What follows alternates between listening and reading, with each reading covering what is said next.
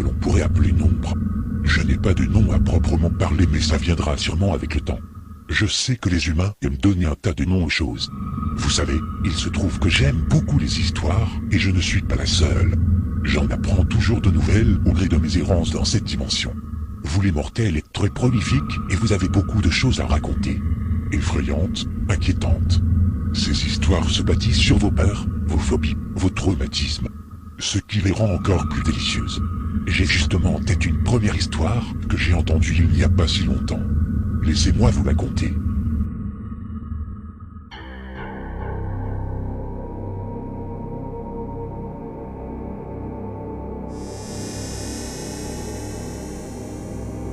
Depuis tout petit, j'ai toujours eu peur des mannequins. Vous savez, ces sortes de poupées à taille humaine que l'on voit dans les vitrines de magasins de vêtements. Avec mon cerveau d'enfant, je ne savais pas trop pourquoi je regardais ces choses avec tant de méfiance. Je pensais qu'il s'agissait là d'une peur propre aux bambins comme le monstre sous le lit ou celui dans le placard. Je n'avais pas peur de ça. Non. Moi, j'avais peur des mannequins. Des fois, j'avais l'impression qu'ils me dévisageaient et je pense que c'était pire quand ils n'avaient même pas de visage.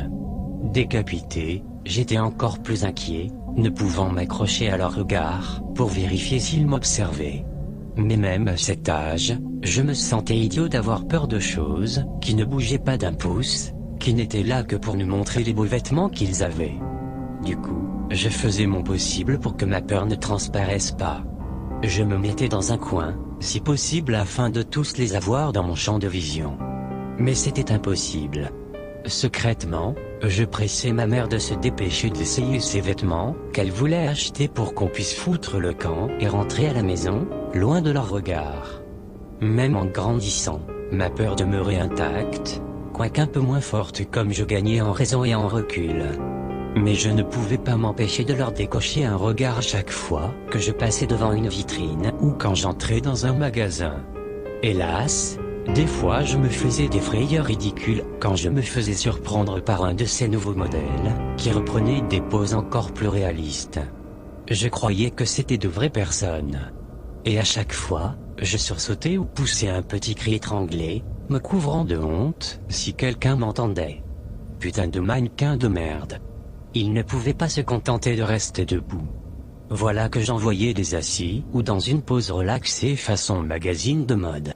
C'est par hasard, au cours d'une soirée avec mes amis, alors qu'on se racontait des histoires à se faire peur, que je pus mettre une raison à cette peur irrationnelle.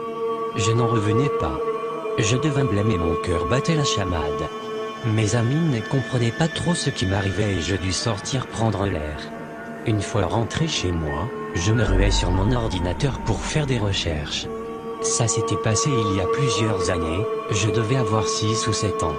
Un fait divers des plus grotesques avait fait la une des journaux à cette époque. Une jeune femme avait été enlevée par un groupe de mecs et emmenée dans un entrepôt. C'était en partie là que l'industrie du vêtement stockait ses mannequins. Il y en avait des neufs, des vieux, des cassés, bref un grand fatras qui devait être le quartier général de ces horreurs en plastoc. Rien qu'à l'idée de me retrouver en plein milieu, dans cette foule de mannequins, j'en ferais une crise cardiaque. Bref, les types qui avaient amené de quoi s'amuser pour la soirée, violèrent la fille à tour de rôle, plusieurs fois. Selon les rapports de police, ils étaient ivres, défoncés et leur folie aveugle donna lieu à un meurtre des plus atroces. Comme inspirés par tous ces mannequins qui observaient la scène de leurs yeux morts, ils se mirent à découper le corps de la fille en plusieurs morceaux, la tête, le milieu du corps, les bras, les poignets, les jambes, les chevilles. Toutes les pièces d'un mannequin. Le pire selon des sources, que je lisais sur des forums relatant l'affaire, c'était que la fille était encore vivante, au moins jusqu'à ce que la tête fût coupée. Elle devait avoir souffert une douleur inimaginable.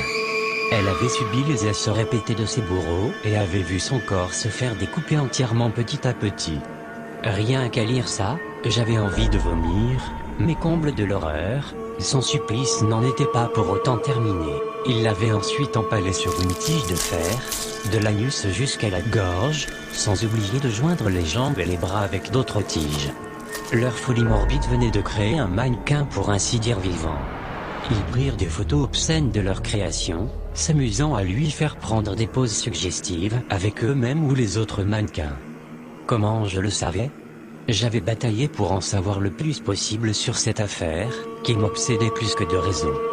Les médias n'étaient pas allés très loin quand il fallut expliquer l'affaire aux civils. Et c'est dans les bas-fonds d'Internet, que je parvins à dénicher les fameuses photos. Soit les gars étaient cons jusqu'au bout et avaient posté leurs méfaits sur le net, ce qui ne m'étonnerait pas, soit ça avait fuité de la police, et ça s'était retrouvé sur la toile. Mais je regrettais très vite mon acte et les photos finirent par retrouver la corbeille puis elles disparurent de mon ordinateur. Hélas, elles ne disparaîtraient jamais de ma mémoire. Cette pauvre femme. Les types l'avaient laissée là, dans cet entrepôt. Les recherches mirent plusieurs jours à aboutir et on retrouva la femme en train de se décomposer, dissimulée parmi les mannequins encore entiers couverts de son sang. Un jeu macabre. Je ne sais pas comment je pouvais avoir eu vent de cette affaire, quand j'étais petit, mais j'ai dû en savoir assez pour nourrir une véritable phobie de ces choses. Tous ces mannequins que je voyais et qui me regardaient, je voyais cette femme en eux. J'étais persuadé que c'était comme ça qu'on créait les mannequins. En découpant un être humain et par je ne sais quelle sorcellerie, ils devenaient comme eux. Même les décapités. Même ceux qui n'étaient pas entièrement montés dans la vitrine, une main ou une jambe reposant à terre alors qu'une employée l'habillait du dernier vêtement à la mode. Je voyais leur regard sur moi. Quel genre de personnes pouvait-on envoyer à la boucherie pour les transformer en statues inertes? Des morts? Des détenus? Des gens que l'on enlevait? Serait-ce ça, le plus grand complot de l'humanité? Mes nuits suivant ces recherches furent invivables. Je faisais des cauchemars. J'avais l'impression de voir une silhouette humaine dans le noir alors qu'il ne s'agissait que d'un vêtement accroché au mur. J'avais ravivé ma peur d'enfant, et c'était d'autant plus effrayant étant adulte. Je me remis à éviter les magasins de vêtements, me mettant des œillères pour ne plus les voir. Pourtant je les sens encore. Ils me regardent. Ils me jugent. Ils savent ce que je sais. Pauvre petit homme. Eh bien voilà, j'espère que vous aurez aimé cette première histoire. La prochaine devrait arriver bientôt. Je ne sais pas si ce sera avec moi ou si ce sera une autre ombre. Elles ont toutes tellement hâte de vous rencontrer. Pour ma part, je vous remercie de m'avoir écouté. Oh, j'espère que vous ne regarderez pas trop les mannequins de travers à cause de moi maintenant.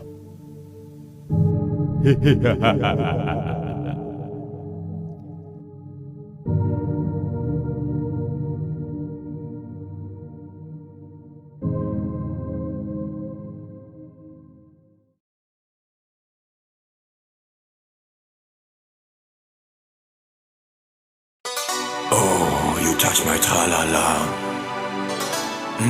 My ding-ding-dong.